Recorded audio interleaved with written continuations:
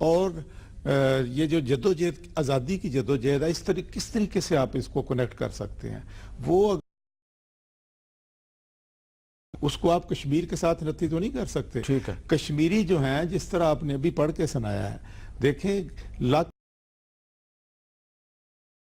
آج قربانیاں دے رہے ہیں, اور ان قربانیوں کا نتیجہ بھی آپ دیکھیں 7 لاکھ ان کی فوج ہے جو صرف کشمیر میں بیٹھی ہوئی ہے, جو صرف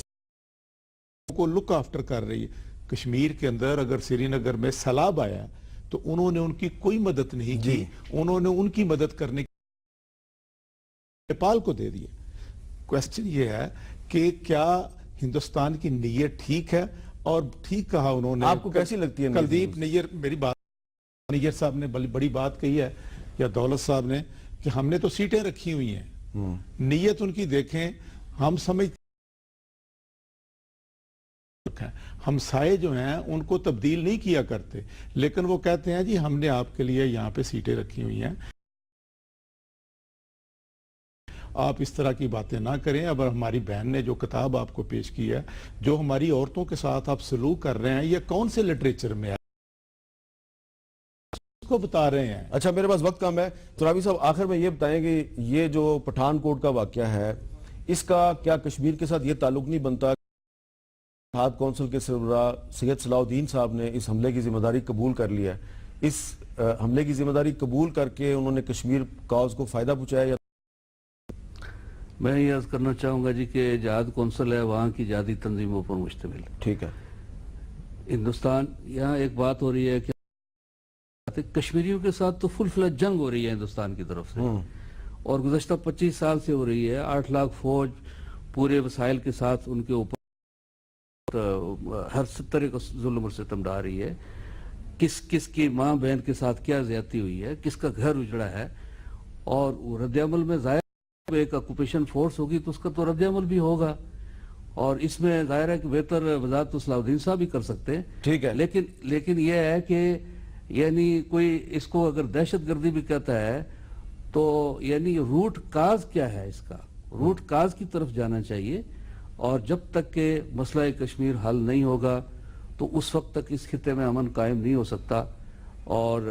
اس خطے کا امن اس سے مشروط ہے ساری دنیا کا امن. یہ سمجھنا چاہیے ہندوستان کی کیا. ٹھیک ہے, آپ نے بھی پیغام دے دیا ہے. آپ کا پیغام مختصر الفاظ میں. دیکھیں حامد میر صاحب, جب نہری پانی کا مسئلہ درمیان تو وہ کبھی بھی 2 ملک آپس میں طے نہیں کر سکے. میرا پیغام یہی ہے کہ وہاں بھی میڈیشن کی ضرورت پڑی, ان پر عمل کرایا جائے, اور ایک پیسفل ریزولوشن جو ہے کشمیر کو, اس کا ان کو دیا جائے. جی بہت بہت شکریہ شمیم شال صاحبہ. آج ہم نے اپنے اس پروگرام میں یہ گفتگو کی ہے کہ پاکستان اور بھارت میں جو مذاکرات شروع ہونے والے ہیں تو اس میں جب کشمیر پہ بات ہوگی تو پاکستان کی حکومت کا کیا موقف ہونا چاہیے, اور 5 فروری کو یوم یکجہتی کشمیر کے حوالے سے یہ جو ہم نے آج پروگرام کیا ہے, اس میں جو ہمارے کپ ہیں یہاں پہ مہمانوں کے سامنے, اس پہ بھی 5 فروری یوم یکجہتی کشمیر لکھا ہوا ہے, اور اس پر ایک چنار کے پتے کی تصویر بھی ہے. اجازت دیجیے, اللہ حافظ.